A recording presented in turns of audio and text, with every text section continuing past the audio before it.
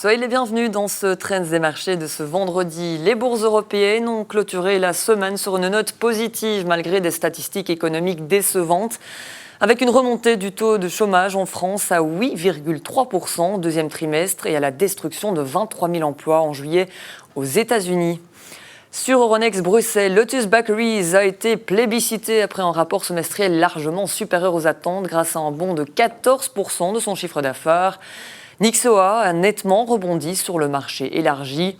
Ackermans a fini en queue du bel vin ce vendredi et hors indice, Jensen a lourdement chuté après des chiffres semestriels mitigés et des prévisions prudentes. Pour aller plus loin dans l'actualité des marchés, Nicolas Deltour est à mes côtés. Bonsoir Nicolas. Bonsoir Marion. Alors avec vous, on va parler bien entendu des chiffres qui concernent l'emploi aux États-Unis qui étaient particulièrement attendus.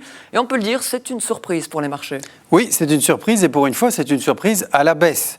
Une sacrée baisse même puisque la communauté des experts attendait une création de l'ordre de 80 000 emplois sur le mois de juillet et l'économie américaine, sur la même période, en a en fait détruit 23 000. Ça fait donc un delta, je vous fais le calcul, de 100 000 emplois, ce qui est énorme par rapport à ce qui était attendu. C'est un tournant peut-être fondamental pour les marchés parce que c'est une donnée qui en influence beaucoup d'autres et qui est donc importante à plus d'un titre. Et donc quelles sont les interprétations qui ont été faites de ces chiffres ?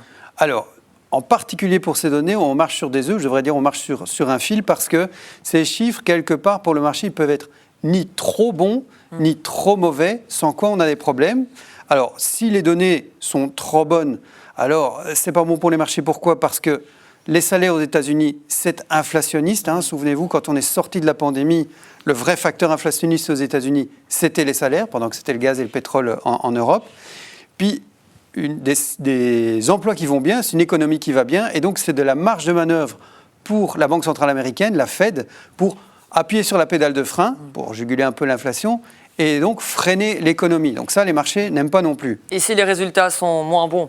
Alors, si les résultats sont moins bons, là, ce sont les économistes qui paniquent. Pourquoi ? Parce que ça veut dire que ça relance les craintes d'un ralentissement économique des États-Unis. Or, pour le moment, on voit bien que c'est un des rares moteurs de l'économie mondiale dans son ensemble et des marchés dans leur ensemble. Et donc ça aussi, trop mauvais, ça aurait pu rendre les marchés nerveux. Et aujourd'hui, on est plutôt dans le scénario négatif quand même ? Oui, alors on est dans le scénario des craintes sur l'économie, sur la croissance économique américaine, clairement.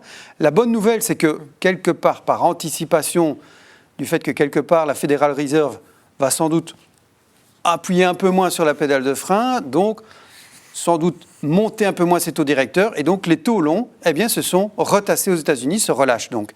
Ça veut dire que pour le moment, ce qui prend l'ascendant, c'est que le marché se concentre sur le fait que cette pédale de frein va donc être moins actionnée par la Banque centrale. C'est une donnée qui prend le dessus.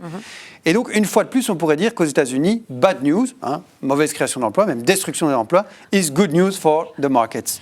Alors, une économie plus calme, des risques d'inflation par les salaires qui diminuent, moins de marge de manœuvre pour la Banque centrale américaine, voilà, le marché apprécie à l'ouverture.